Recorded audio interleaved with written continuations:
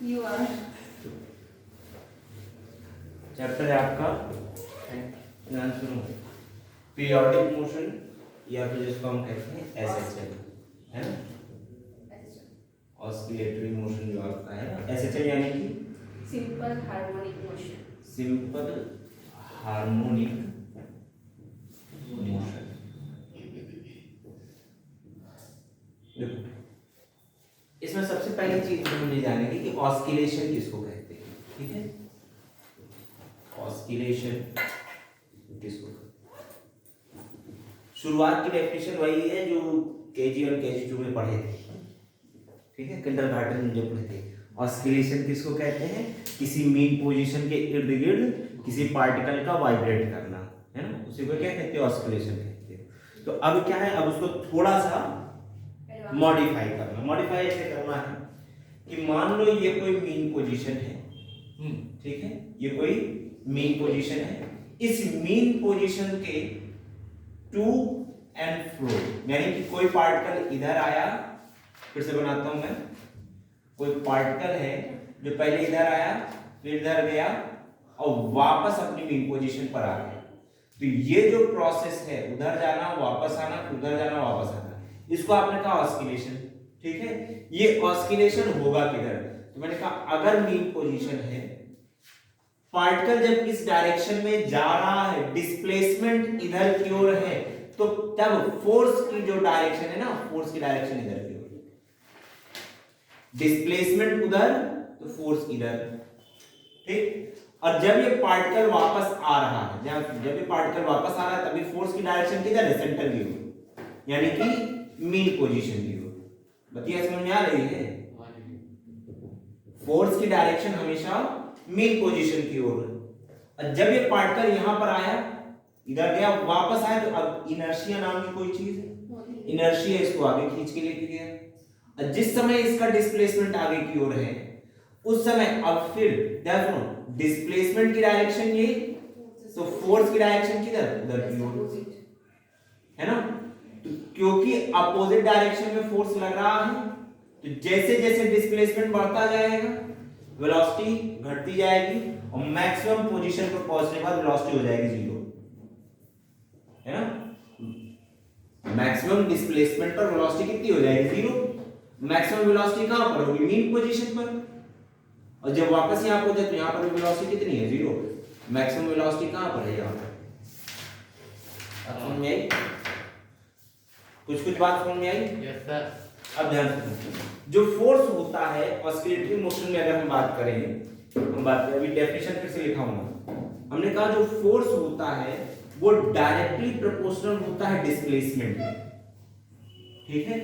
जितना ज्यादा डिस्प्लेसमेंट उतना ज्यादा फोर्स, बस अपोजिट डायरेक्शन। बात समझ में आई? हमने कहा कि अगर इस प्रोपोर्शनैलिटी के साइन को हटाएं, ठीक है, इक्वल टू का साइन लगाएंगे, हमने कहा एक कांस्टेंट के लगाया, बगल में दिया x। अब यहां थोड़ी सी मिस्टेक, ध्यान सुनो, k एक पॉजिटिव कांस्टेंट होता है, k is a positive constant. हमने कहा फोर्स हमेशा अपोजिट डायरेक्शन में लग रहा होता है, इस वजह से हम करते क्या है, माइनस साइन लगाते हैं, ठीक। तो ये नेगेटिव साइन क्या बता रहा है कि जो रीस्टोरिंग फोर्स है, ध्यान सुनो, ये फोर्स कौन सा है, रीस्टोरिंग फोर्स। आज सुनिए, ध्यान सुनो, पार्टिकल जब वाइब्रेट कर रहा है तो पार्टिकल को उसकी मीन पोजीशन तक खींचने का काम कर रहा है, कौन, ये फोर्स। तो फोर्स कर क्या रहा है, पार्टिकल को रिस्टोर करने की कोशिश कर रहा है, मीन पोजीशन पर लाने की। बात समझे? तो ये फोर्स कैसा कहा जाएगा, इसको कहा जाएगा रीस्टोरिंग फोर्स। बात समझे? तो रीस्टोरिंग फोर्स जो होता है ये क्या कहेंगे, डायरेक्टली प्रोपोर्शनल टू x। अच्छा, ये जो पॉजिटिव कांस्टेंट है, इसको एक और नाम देते हैं, क्या नाम देते हैं, ध्यान सुनो, स्प्रिंग फैक्टर। अगर स्प्रिंग का केस है तो स्प्रिंग फैक्टर, या फिर इसको हम कहते हैं फोर्स कांस्टेंट। क्या बोलते हैं, फोर्स कांस्टेंट। Force constant. कुछ बात समझ में आ रही है, पक्का? मतलब ये बता क्या रहा है, कि बता क्या रहा था, मान लेते हैं, एग्जांपल समझेंगे, ठीक है। मान लो कि कोई स्प्रिंग है,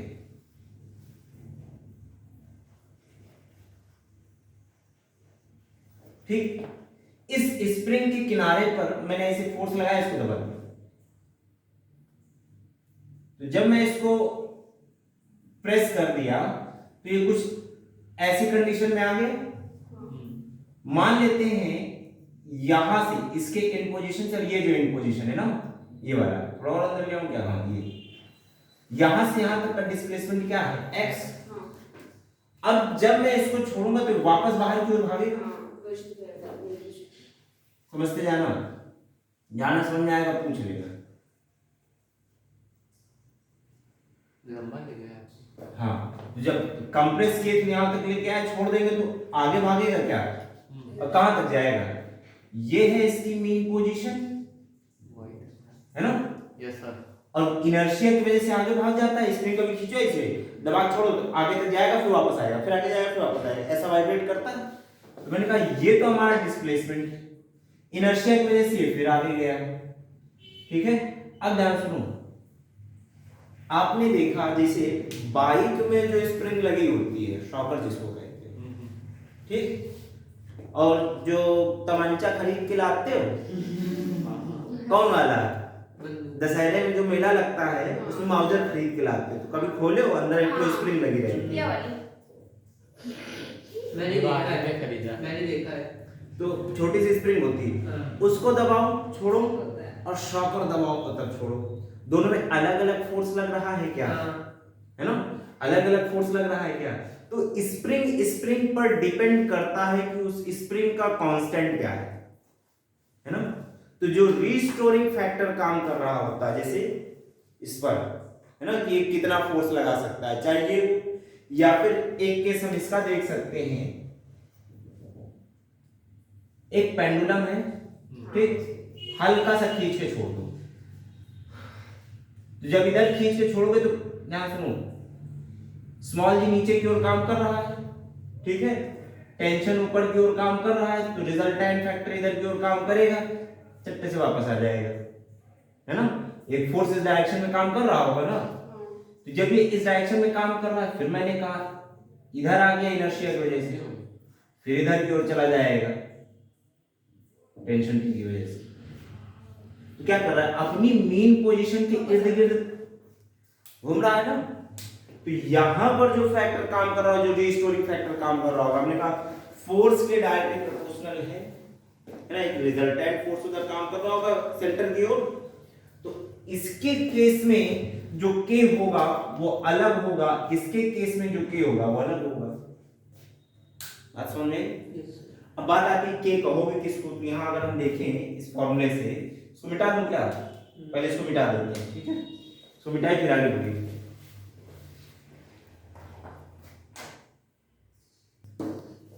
तो हमने कहा इतिहास देखो, इधर फोर्स जो है F इक्वल्स टू माइनस के एक्स है, या अगर मैं कहना चाहूं K इक्वल्स टू क्या कहूंगा, ध्यान सुनो, फोर्स पर यूनिट लेंथ हो जाएगा क्या, x नीचे आ जाएगा, हमने कहा माइनस एफ अपॉन एक्स। बात समझ में आ रही है, कुछ बात समझ में आ रही है। तो हमने कहा K को कहोगे क्या, या स्प्रिंग फैक्टर को डिफाइन कैसे किया जाए, माइनस साइन बता क्या रहा है, रीस्टोरेशन हो रहा है, यानी कि फोर्स उस डायरेक्शन में लग रहा है जिधर डिस्प्लेसमेंट अपोजिट, यानी कि डिस्प्लेसमेंट के अपोजिट डायरेक्शन में फोर्स लग रहा है ना।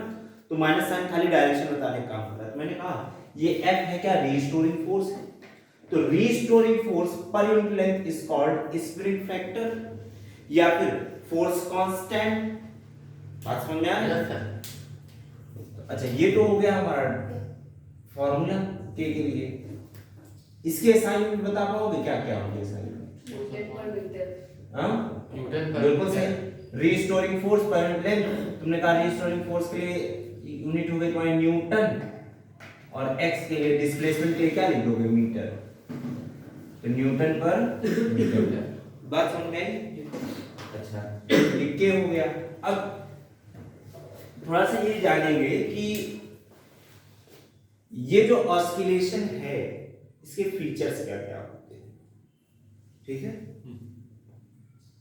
उसके पहले तुम लोग थोड़ा सा इधर की कहानी नोट कर लियो, है ना, डेफिनेशन सहित। एक और चीज आती है, ये देखो एक और चीज आती है, हम जानते हैं Newton second law of motion क्या होता है, rate of change in momentum with respect to time is called force, नहीं, या फिर F इक्वल्स टू ma। हम एक और डेफिनेशन जानते हैं F इक्वल्स टू ma, है ना। अगर मैं यहाँ वैल्यू पुट कर दूं, एमए भाई, ठीक, या फिर यहाँ पुट करते हैं जिसको बोलते हैं इक्वेशन 1, यहाँ अगर मैं वैल्यू पुट कर दूं फ्रॉम इक्वेशन 1 एंड 2, हम अगर लिखना चाहें, यहाँ अगर मैं ma लिख दूं तो मैंने कहा ma इक्वल्स टू माइनस के एक्स, फोर्स यही होता है हमेशा। अच्छा, मास कांस्टेंट या अगर मैं लिखना चाहूं a equals to minus k by m into x. Sir ji जो ये स्प्रिंग फैक्टर या फिर जो भी है फोर्स कांस्टेंट, एक कैपिटल के हो गया या फिर स्मॉल के, तुम्हारी इच्छा, कुछ भी कांस्टेंट है, के लिख सकते हो बस। इधर देखो, के बाई एम तुमने लिखा, कांस्टेंट अपॉन कांस्टेंट, कोई कांस्टेंट होगा, ये कौन सा बनेगा? कांस्टेंट अपॉन कांस्टेंट कांस्टेंट होता है, ठीक है। तो मालूम बहुत जोर से बोलो, मैंने क्या, अब ध्यान सुनो, अगर कांस्टेंट है तो मैं इसको ऐसे भी लिख सकता हूं क्या, acceleration is directly proportional to x. एक प्रोपोर्शनैलिटी का साइन हटाते हो तो कोई कांस्टेंट लेके आते हो, है ना। तो अगर कोई कांस्टेंट हटाओगे तो प्रोपोर्शनैलिटी साइन लेके आओगे। मैंने कहा एक्सेलरेशन वेरिएबल है और डिस्प्लेसमेंट वेरिएबल है। जैसे जैसे पार्टिकल अपने मीन पोजीशन की ओर आता जाएगा फोर्स घटता जाएगा, एक्सेलरेशन में। बात समझ में आई? रिस्टोरिंग फोर्स, जब भी पार्टिकल अपने मीन पोजीशन की ओर बढ़ता है उसका रिस्टोरिंग फोर्स घटता जाता है और मीन पोजीशन पर उसका रिस्टोरिंग फोर्स जीरो हो जाता है। मजे की बात। अब रिस्टोरिंग फोर्स जब जीरो हो जाता है तब काम करता है इनर्शिया, और इनर्शिया इसको खींच के इधर लेके चला जाता है। उसके बाद ग्रेविटेशन, और जैसे ये इसके आगे बढ़ा, ठीक है, यहां से इधर पहुंचा तो यहां पर तुम्हारा रिस्टोरिंग फोर्स काम करना शुरू कर देगा। और इनर्शिया, क्योंकि इनर्शिया है तो इनर्शिया इसको जहां तक लेके जाएगा, इनर्शिया इसको इधर की ओर लेके जा रहा है, फोर्स इसको इधर की ओर खींच रहा है। और जैसे जैसे डिस्प्लेसमेंट बढ़ता जाएगा फोर्स बढ़ता चला जाएगा। एक लिमिट के बाद फोर्स इतना बढ़ जाएगा, इनर्शिया बोला टाटा बाय बाय को वापस आओ, तो पकड़ करके खींच के मीन पोजीशन तक लेके चला आएगा। तो मैंने कहा एक तो तुम यहां पर से ये कह सकते थे, डेफिनेशन जो अभी तुम लोगों ने लिखी है ना, कि फोर्स हमेशा कैसे, रिस्टोरिंग फोर्स हमेशा डिस्प्लेसमेंट के डायरेक्टली प्रोपोर्शनल होगा, तो ऐसे चल कहोगे, ठीक है, या फिर ऑस्किलेशन कहोगे। तुमने कहा यहां जैसे हमने यहां पर ये जो फॉर्मूला निकाला है, ये भी कह सकते हैं क्या कि अगर एक्सेलरेशन डिस्प्लेसमेंट के डायरेक्टली प्रोपोर्शनल है, एक्सेलरेशन डिस्प्लेसमेंट के डायरेक्टली प्रोपोर्शनल है, तो भी मोशन कैसा होगा, ऐसे चल होगा। बात समझ में आई? चाहे ऐसे डिफाइन करो या फिर ऐसे डिफाइन करो, तुम्हारी मर्जी, दोनों तरह से डिफाइन कर सकते हो। ये ऊपर नोट करो तुम, उसमें डायग्राम में एक्सप्रेशन आ रहा है। हेडिंग है differential equation of SHL. Heading कहाँ है? Differential equation of SHL.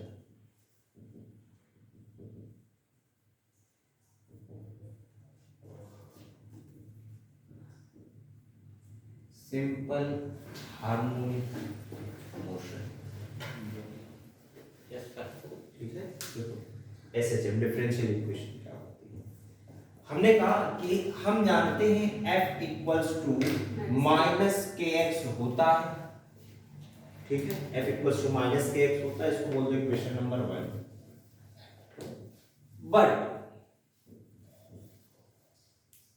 Force हमारा होता है ma के बराबर, यह हम जानते हैं, इसको बोल दो इक्वेशन नंबर 2। फिर हमने कहा एक्सेलरेशन होता है, बट एक्सेलरेशन क्या होता है? d2 dt2 of x। कितने बच्चे इस बात को समझते हो? तो क्या मुझे बताने की जरूरत है कैसे आया है? डिफरेंशिएशन, ठीक, इधर देखो, मैं इसको एक बार एक्सप्लेन कर देता हूं। हमने कहा कि वेलोसिटी को अगर डिफरेंशिएट कर दोगे तो एक्सेलरेशन आ जाएगा, ये जानते हो, है ना। अब वेलोसिटी कैसे आती है, हमने कहा ध्यान सुनो, वेलोसिटी कैसे आती है, अगर हम डिस्प्लेसमेंट को डिफरेंशिएट कर दें, यानी कि हम x को 2 बार डिफरेंशिएट करेंगे तो एक्सेलरेशन आएगा। तो जो डबल डिफरेंशिएशन होता है उसी को हम d2 dt2 ऑफ x लिखते हैं, ठीक है। कुछ लोग इसको d square x upon dt square पढ़ देते हैं, गलत है वो, ठीक है। d2 dt2 ऑफ x है, हाँ, है। जैसे इसको क्या पढ़ोगे, d dt ऑफ x, यानी x का डिफरेंशिएशन t के रेस्पेक्ट में। तो मैथ्स की इक्वेशन पढ़ने के तरीके होते हैं, किसी और फिजिक्स जो है your explanation high high high a equals to d2 dt2 of x, ठीक है। फिजिक्स एप्लीकेशन ऑफ मैथ है, ठीक है। अप्लाइड मैथमेटिक्स को फिजिक्स कहते हैं, ध्यान रखना। तो जितनी अच्छी मैथ उतनी अच्छी फिजिक्स, ठीक है। ये वो equation number 3 from equation 1 2 and 3, ठीक है। हमने कहा फ्रॉम इक्वेशन 1 2 एंड 3, ध्यान से 1 2 एंड 3। अब अगर मैं कहना चाहूं तीनों इक्वेशन मिला दूं तो क्या कह सकता हूं, f की जगह मैं लिख दूं ma equals to minus kx, लेकिन a क्या है, d2 dt2 ऑफ x। तो हमने कहा m d2 dt2 of x equals to minus kx। कोई समस्या है यहाँ तक? अच्छा आगे बढ़ूं, देखो ये मास कांस्टेंट, इसको नीचे लेते जाते हैं। तो मैंने कहा d2 dt2, ये जो लिखा हुआ है d2 dt2 of x equals to, mass नीचे आ जाएगा, माइनस k बाई m लिख देंगे क्या, minus k by m into x। इसका भी डिफरेंशिएशन होगा। अब ध्यान सुनो, अभी कुछ नहीं करना। बात ये आती है ये force constant upon mass, constant, ठीक है, कांस्टेंट अपॉन कांस्टेंट। तो इस कांस्टेंट को हम एक नाम देते हैं, ध्यान सुनो, लेट k बाई m। ध्यान सुनो, k पॉजिटिव कांस्टेंट होता है, मैंने आपको पहले ही बताया शुरुआत में, ठीक। k की वैल्यू कभी भी निगेटिव नहीं हो सकती। तो मैंने कहा ये पॉजिटिव कांस्टेंट अपॉन नीचे पॉजिटिव कांस्टेंट, ये भी एक पॉजिटिव कांस्टेंट मिलेगा क्या, तो इससे मिलने वाले कांस्टेंट को हम कहते हैं ओमेगा स्क्वायर, मान लो स्क्वायर। जहां पर, ध्यान सुना, अगली डेफिनेशन इसकी आएगी। तो हमने कहा वेयर ओमेगा क्या कहा जाएगा, ध्यान सुनो, ओमेगा कहा जाएगा angular frequency, angular frequency of particle, ठीक है, पूरा नहीं लिख रहे हैं, angular frequency omega, omega square नहीं, यहां लिखिए क्या, ओमेगा स्क्वायर। तो यहां क्या लिख दोगे, हमने कहा this implies that d2 dt2 of x equals to minus omega square, ध्यान सुनो w नहीं ओमेगा है, ठीक है, माइनस ओमेगा स्क्वायर x।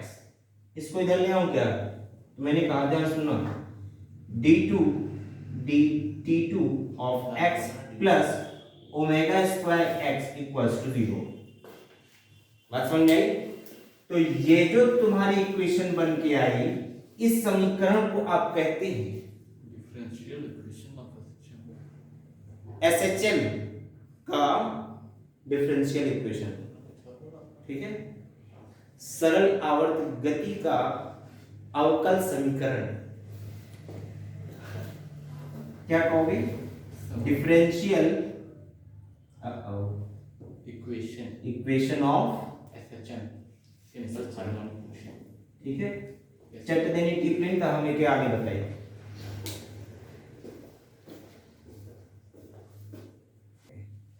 तो ध्यान रखना इस बात का, बिल्कुल कंफर्म वाली बात है, गौर से सुन लो।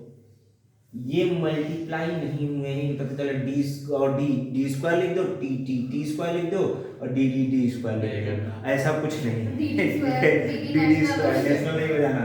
ध्यान सुनो, ये डिफरेंशिएशन का फंक्शन है, ये भी फंक्शन है, ठीक है। तो तुमने फंक्शन जैसे मैंने आपको पढ़ाया था वो कंपोजिट फंक्शन मैथमेटिकल टूल्स में, ठीक है। हाँ तो ये वैसी ही चीज है, डिफरेंशिएशन का डिफरेंशिएशन है, हाँ ठीक है। मल्टीप्लाई नहीं कर देना, मल्टीप्लाई कर दोगे तो चूना लग जाएगा, बिल्कुल सच्ची बात है। ये बात एक वो बात आती है, ध्यान सुनो। हमने कहा जैसे अभी कुछ देर पहले हमने पढ़ा था कि जो SHM है इसको कॉस या साइन के टर्म्स में ही लिख सकते हैं, है ना। मैंने आपको ये बताया कि जो डिस्प्लेसमेंट है, ध्यान सुनो, डिस्प्लेसमेंट इधर हुआ फिर इधर हुआ फिर वापस आया, तो पीरियोडिक फंक्शन कौन हुआ? डिस्प्लेसमेंट, है ना, डिस्प्लेसमेंट। और मैंने ये भी कहा कि डिस्प्लेसमेंट सिर्फ और सिर्फ साइन या कॉस का पीरियोडिक फंक्शन हो सकता है, यही बात लिखा भी आपने, लिखा आपने कुछ देर पहले। मैंने ये कहा, ध्यान सुनो, x को हम अगर cos के टर्म्स में एक्सप्रेस करें, ठीक है, x को यानी डिस्प्लेसमेंट को हम cos के टर्म्स में लिखना चाहें तो एक इक्वेशन लिखी जाती है a cos omega t plus phi naught, ठीक। ये पीरियोडिक फंक्शन है टाइम के साथ, फोरियर इक्वेशन के अकॉर्डिंग। ध्यान सुनो, ये है। अगर मैं ऐसा कहूं, अगर मैं कहूं कि भाई पीरियोडिक फंक्शन क्या होता है, मैंने कहा पीरियोडिक फंक्शन कुछ टाइम के बाद अपनी वैल्यू रिपीट करता है ना, कुछ टाइम के बाद अपनी वैल्यूज रिपीट करता है। तो मैं कहना चाहूं, ध्यान सुनो, t इक्वल्स टू, मैं कहूं कि ऐसी क्या वैल्यू पुट करूं t की जगह पर, ध्यान सुनो, इस फंक्शन में t की जगह पर ऐसी क्या वैल्यू पुट करूं कि हमें दोबारा से x मिल जाए, ठीक है। बेटा एक काम करते हैं, t की जगह हम लिखें t plus 2 pi by omega. अब पुट, अगर मैंने पुट कर दिया तब हमने कहा x इक्वल्स टू क्या आ जाएगा भाई, a cos ओमेगा। अब t की जगह क्या रखोगे, t plus 2 pi by omega. t की जगह पर पूरा रखना है, जान ओमेगा लिखना, ओमेगा, ओमेगा और w में अंतर रखना, कम से कम प्रयास करना। और यहां हमने लिखा फाइन, ठीक है। x इक्वल्स टू क्या हो जाएगा, a cos omega t plus 2 pi omega by omega plus phi naught. Omega से ओमेगा गया, मेरा लिखे, बिल्कुल सही बात बोल रहे हो, मेरा तुरंत भगा देता है मेरा। x इक्वल्स टू क्या लिखोगे, a cos 2 pi plus omega t plus phi not.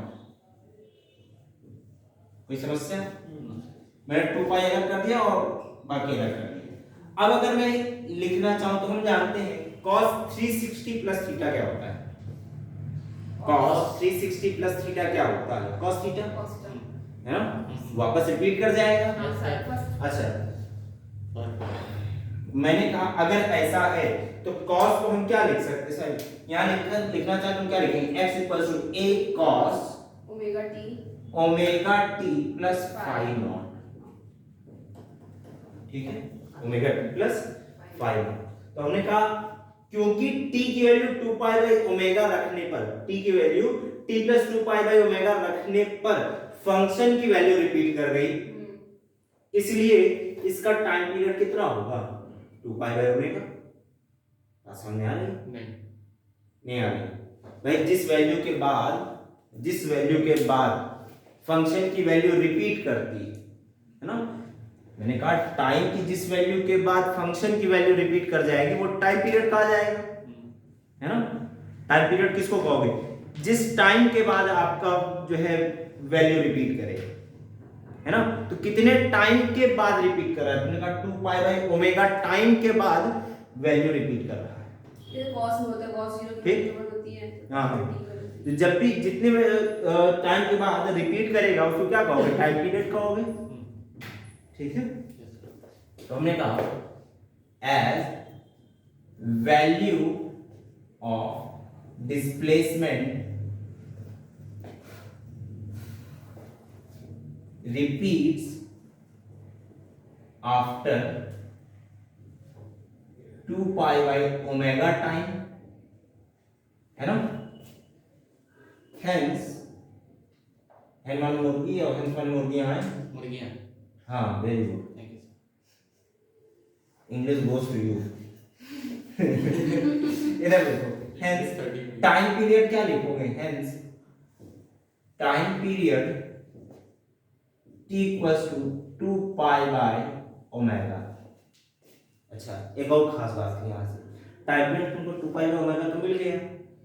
अब हमने कहा भाई जो ओमेगा है ओमेगा क्या लिखे थे हमने कहा k by m equals to omega square लिखे थे क्या। तो यहां से अगर मैं ओमेगा की वैल्यू पूछूं तो क्या लिखोगे under root k by m है ना। वैल्यू उठा के आप पुट कर दो। हमने कहा this implies that t equals to 2 pi omega की जगह क्या लिखे हमने कहा under root k by m m ऊपर चला जाएगा क्या या अगर मैं इसको लिखना चाहूं तो क्या लिखूंगा t equals to 2 pi under root m by k।